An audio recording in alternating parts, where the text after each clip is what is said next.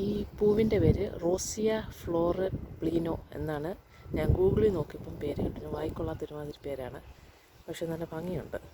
ഇതിന് English Hawthorne എന്നും പറയും. ഒരു ചെറിയ മരം പോലെയാണ്, നിറയെ പൂക്കളുമായിട്ട് ഇങ്ങനെ നിൽക്കും. കണ്ടാൽ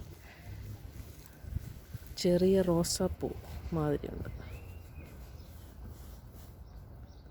കൂട്ടം കൂടി ചെറിയ റോസാപ്പൂ നിൽക്കുന്നത് മാതിരി.